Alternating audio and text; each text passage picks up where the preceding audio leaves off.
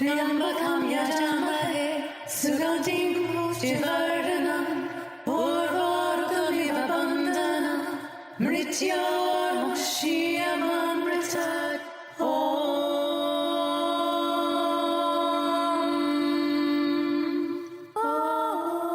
Hi, this is Amelia Eon Karis. Hey everyone, it's Satya, and you're listening to Love, Sex, and the Hidden Agenda.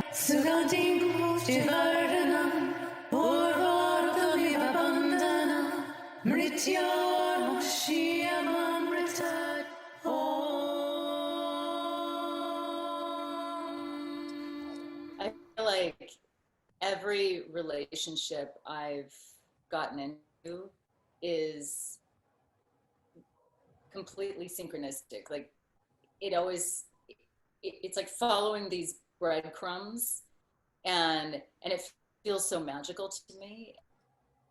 And I mean, really, every relationship, and I'm thinking, this is it, because it's, and I guess, it is it for that moment, what it is I need to, look at, or what it is I'm needing to grow in, or, that soulmate for that time or whatnot. But I was thinking about all of the amazing, and I know you've had a ton of synchronicities in your relationships too. And I'm thinking, how is that? I mean, is that something everyone experiences? Is that something, I mean, every single one, and it's massive magical things that are happening. It's like, how can you not follow that? And I was thinking, here you are, you've written a book called Synchronicity, and I've watched you and been through, a lot of your stories, lived through it with you. And so what do you think your craziest synchronicity story is, or one of them? Let's just start with one of them.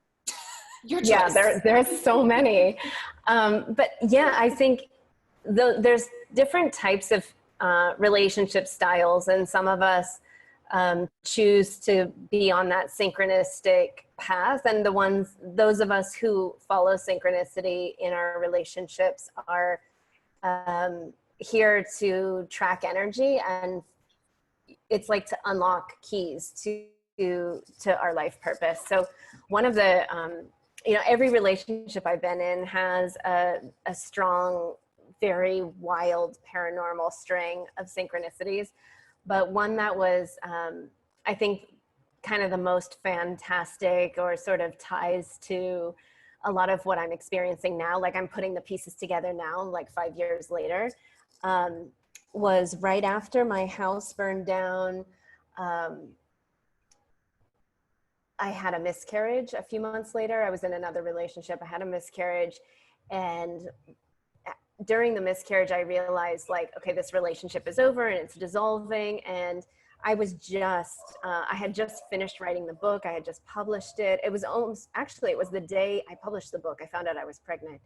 And then, a few months later, I miscarried, and I needed to change my life. I was like, okay, I need to find a new place to live. And I was doing an out-of-state move, or exploring it. And I was needing to do a ton of meditation just to get the guidance of, like, what's next? Spirit, guide me. I have no idea. Like, the slate has been washed clean once again, and where am I to go? And I was told to go north, like towards, I was living in California, Northern California, and I was told to go north towards the Oregon border. So I realized, I'm going to be passing Mount Shasta. And I knew that Mount Shasta had a special connection to one of my first spiritual teachers. And I hadn't spoken to this teacher in many years at that point.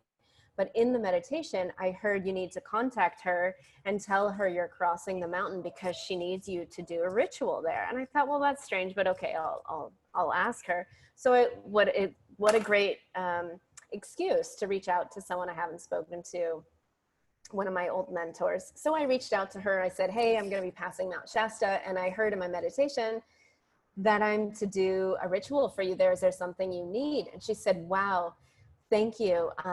Actually, I just broke my leg. I had a trip scheduled to go to Shasta, and I had to cancel it because I broke my leg and I can't travel.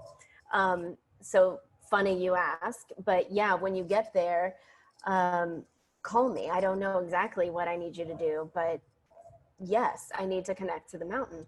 And I said, okay, well, let me tune in. And, you know, it's always like an adventure game. Like, okay, what's the next message? Like waiting for the next sync to drop.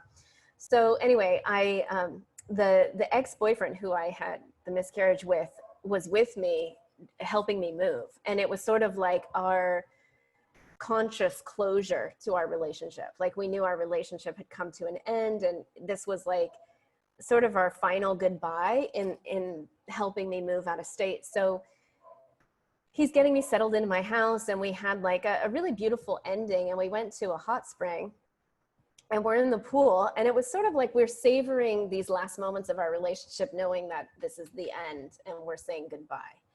And there was somebody in the, you know, it was a public hot spring, so there was other people in the hot spring with us. And he kept telling me, like, look at that guy, look at that guy. And I was like, why would I look at this guy? And he said, no, he's your warrior for God.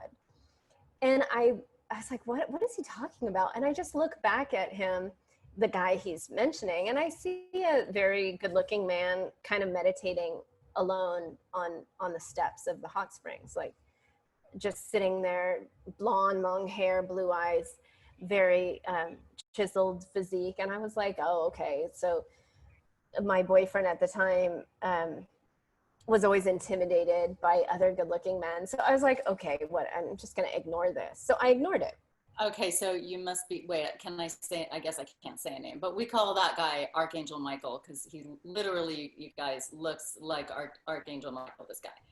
Like, well, people thought he was a perfect from the Lumerian. Perfect body, what?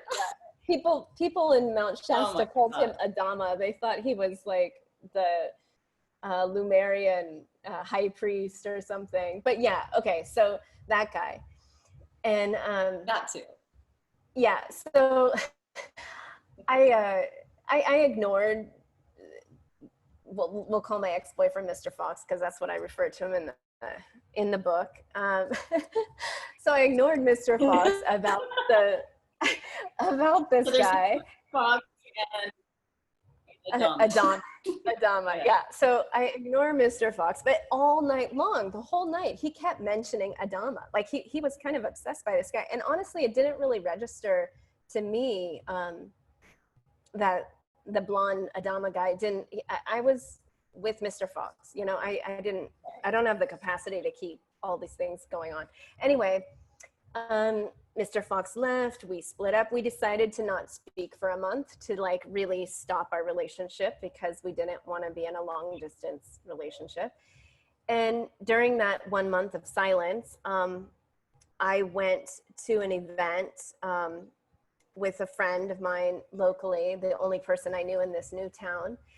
And there was African music playing, and I right before we heard the drums, she was asking me, what do you want to do here? I said, I need to find a dance community, because if I don't dance, I'm going to go crazy. And right when I said that, like drums, we heard a djembe playing, and she's like, girlfriend, you're such an instant manifester. Like, there's your drums. Go find out who's playing. And so I was following the sound of the drums, but I couldn't find it. They stopped drumming and I didn't find it. So we start talking again, and the drums start up once again, like an hour later. And she's like, okay, now's your opportunity. And I'm such a shy person. I don't go introduce myself to strangers, but the drums pulled me in, and I found the drummers. They were way out in like grasslands, and there was like 5 drummers, an African guy, and a few white guys playing. And when I walked up, they said, oh, you drum? You want to drum? And they handed me a djembe. And so I started drumming with them, and we just had this instant, you know, connection, obviously. And then afterwards, one of the djembe players, he said, oh, you know, what's your name? And we were all hanging out by that point. There was like 10 people had gathered. And he said, oh, I've met you before. I've seen you before. And I was like, that's impossible. I just moved here. You know, I'm from San Francisco, and here I am, you know, way up in Ashland. And he's like, no, I saw you. You were in the hot springs like last week. And then I kind of, my breath stopped, because I was like, oh, he's the warrior for God that Mr. Fox kept mentioning, but I didn't recognize him. And so I thought, oh, that's interesting. We have this strong connection. And how did Mr. Fox, you know, obviously he put the that together. And of course, you know, Adama said, oh, you want to go out for, you know, grab a bite to eat or something. So we went out for lunch like a few days later. And in the meantime, I was. So wait, so Archangel Michael slash Adamus. Wait, so he was there? He was one of the drummers? He was the drummer. Yeah.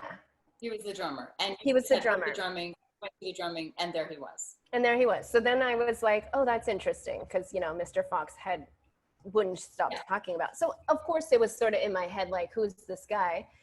But again, I wasn't interested in a relationship. I wasn't even thinking along those terms. I was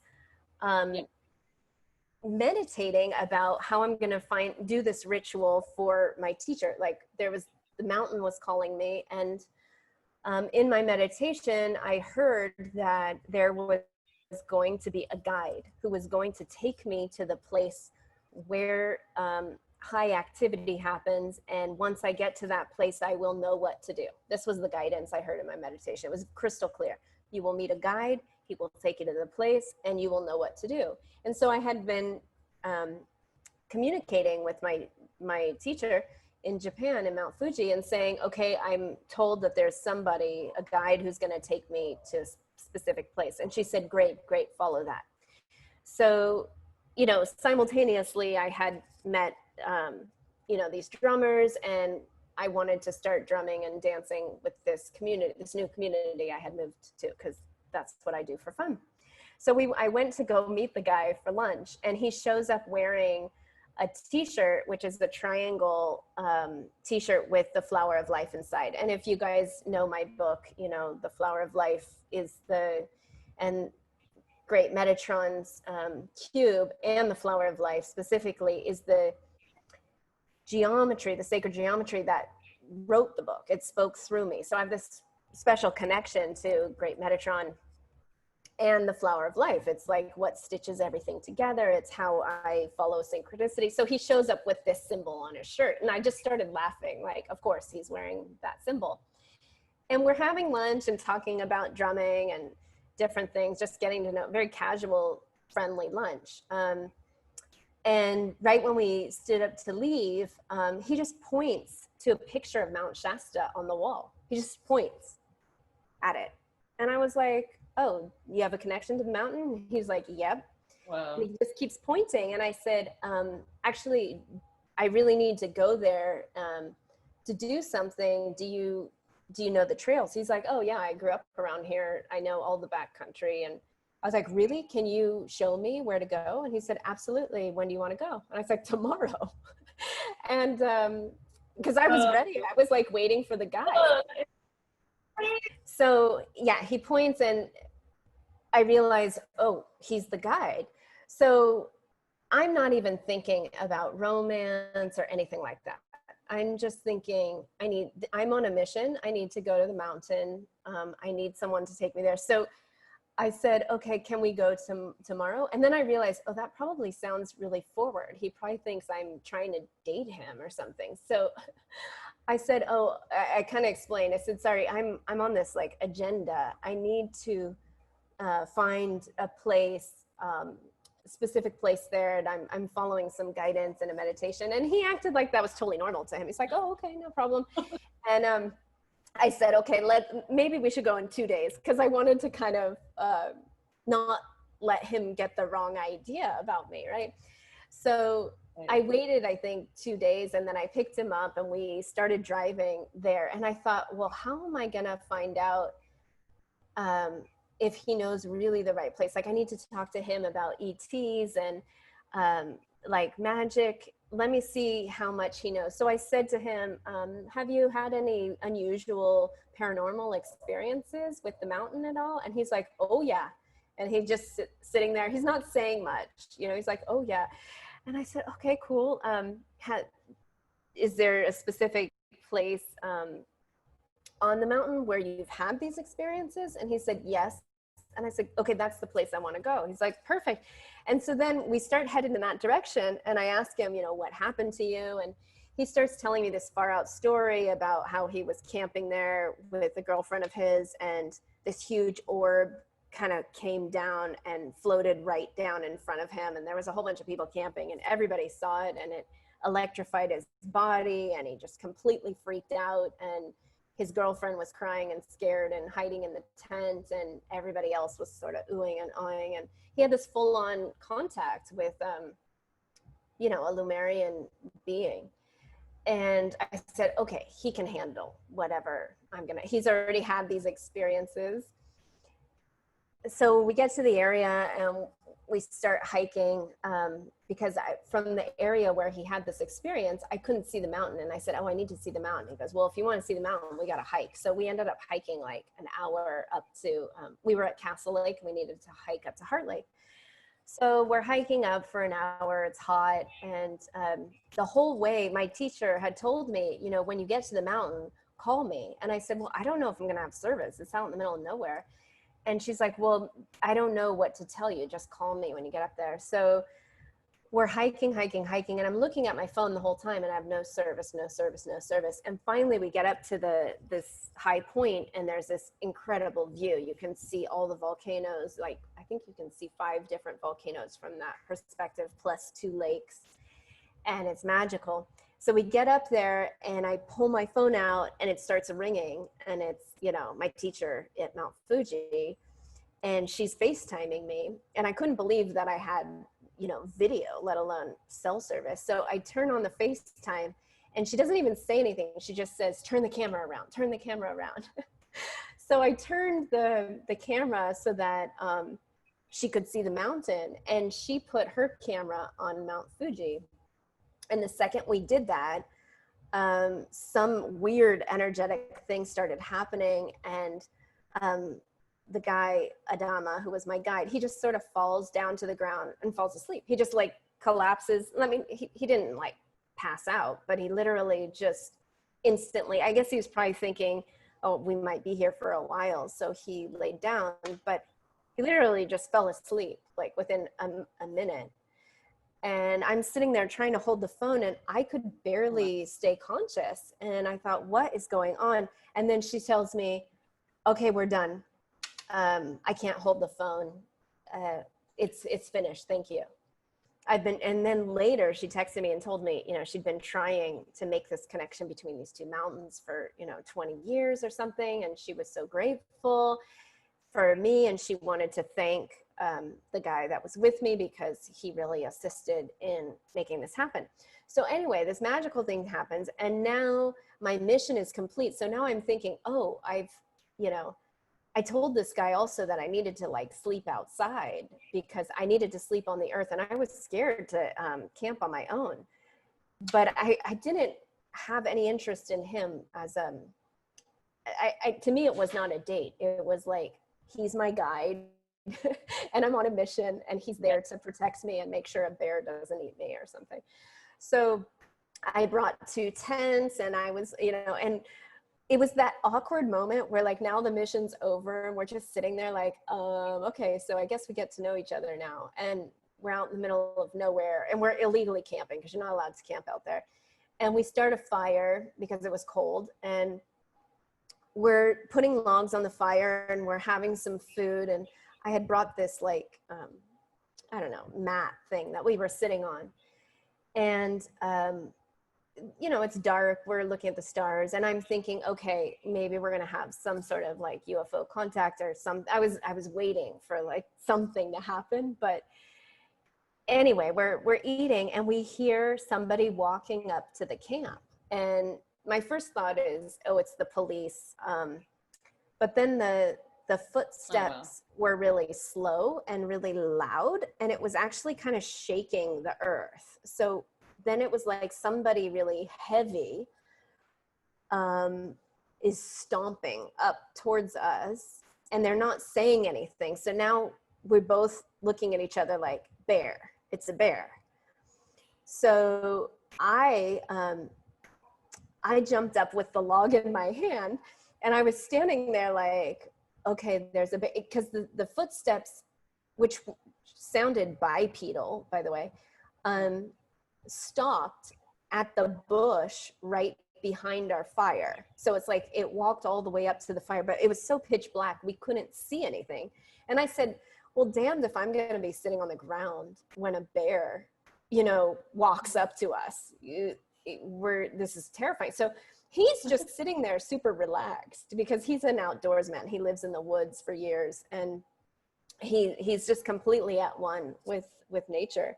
But I'm like, I'm not going to be sitting down when a bear walks up. So I jump up with the log in my hand, and I take my flashlight, and I get up to the bush, and I'm not saying anything, but I shine the light and I lift the log up because I think that I'm going to be met with a bear that stands up, you know, and I'm going to have to scare it away. This is just the thought I had. And he's standing behind me, totally calm. And I hear in my head, like a voice in my head, drop the log, drop the log.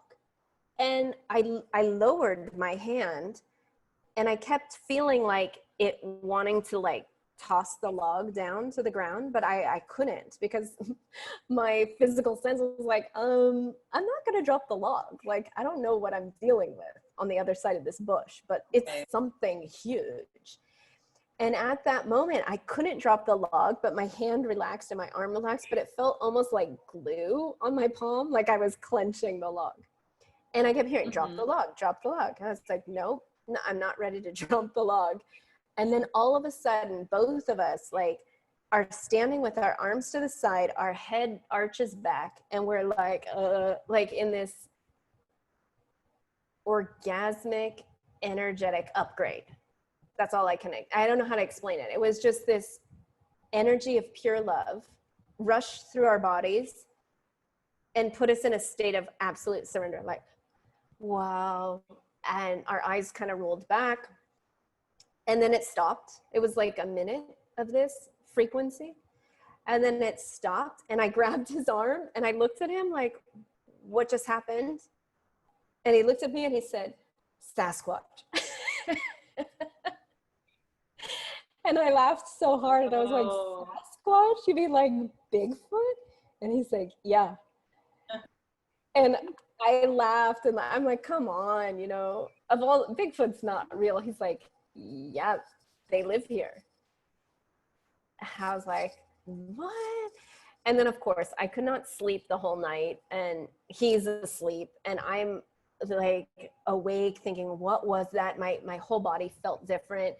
I ended up going to the lake like right at the break of dawn and doing offerings and listening, and I could just feel the elementals. I can feel all this energy. Well, fast forward a few months, and of course we ended up getting together, and we had this kind of interesting love affair. And he tells me he wanted to get sober. He was smoking a lot of weed and stuff. And he said, I told him I can't be with someone who smokes pot. Like, it's just not okay for me. Like, there's too much things I'm doing energetically. And he said, okay, I'm going to quit. I'm going to go live on the mountain and detox. But I was like, well, I want to come visit you out there. So I came out to the mountain to visit him. And he had this mega camp set up, like an outdoor kitchen, and, you know, there's no running water, and he's way, way out where you have to four-wheel out there and people aren't coming in. So I started camping out there with him, and every night we would have these Sasquatch, these entities coming to the camp, and they would knock on trees, and we would get that vibration. And it ended up that I put all my stuff in storage and decided the whole summer, I couldn't get off the mountain. I was addicted. And so I put all my stuff in storage. I rented an office at the base of the mountain so I could run the school. And I was sleeping, eating, and doing everything out. We had to carry all our water up we would get our water from the fresh spring. We were having this outdoor kitchen. And every single night we were getting upgraded, and I was being taught energetically by these beings. And it's not just like one lone Sasquatch. There's like families and tribes, and there were hundreds of them. And it wasn't just us having the experience. There were other people camping that we would run into, and everyone was like scared to talk about it because somebody's going to think you're crazy. But we would share experiences, and it was the beginning of me like really grounding in something with others, because I've had a lot of paranormal and ET encounters by myself, but it's different when you have a shared experience with someone, and you can really ground. Yeah. It is, because I mean, how many people, let alone men, do you even know that would just, you know, be, oh yeah, this is Sasquatch, you know, or I mean, clearly he had so many experiences, it's hard to deny, but wow. Yeah, that's just an amazing story. I love that story.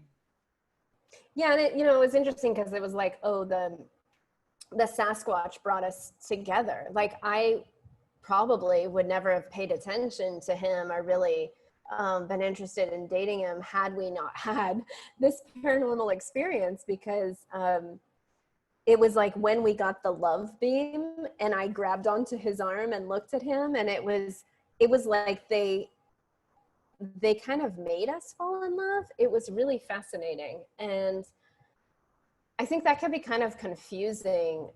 Well, it has been very confusing for me in tracking synchronicities and relationships, because we tend to like conclude things.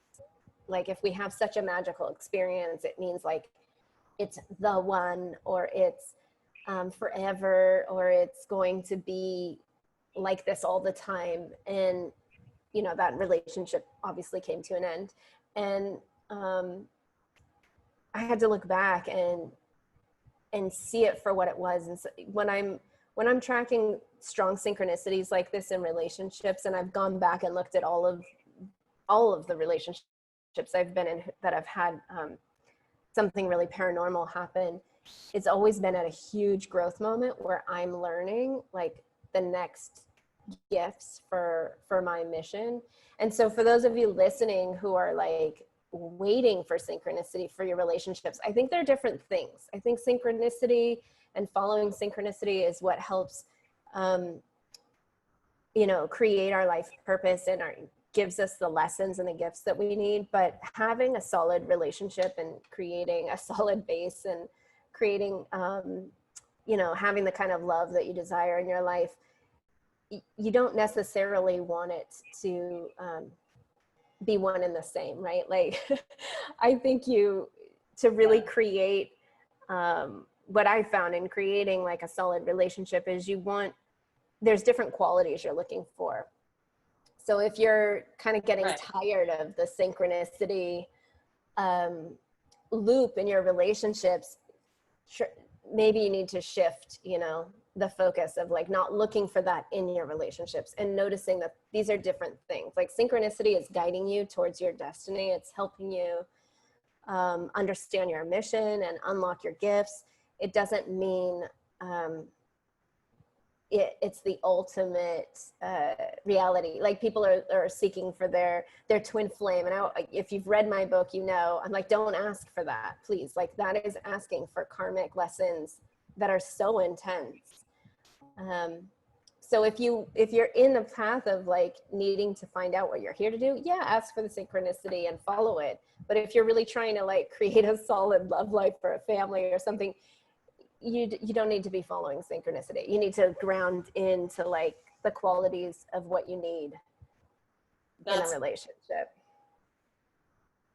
That's old right there, everybody.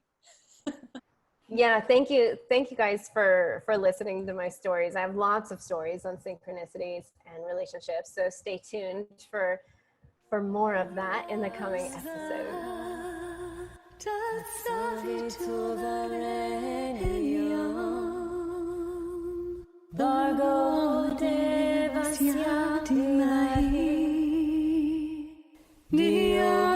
Thanks for hanging out with us. If you'd like to contact us and stay in touch with us, you can find us at lovesexagenda.com. That's lovesexagenda.com. You can also find us on Facebook and Instagram, Love, Sex, and the Hidden Agenda. Bhargo devasya dhimahi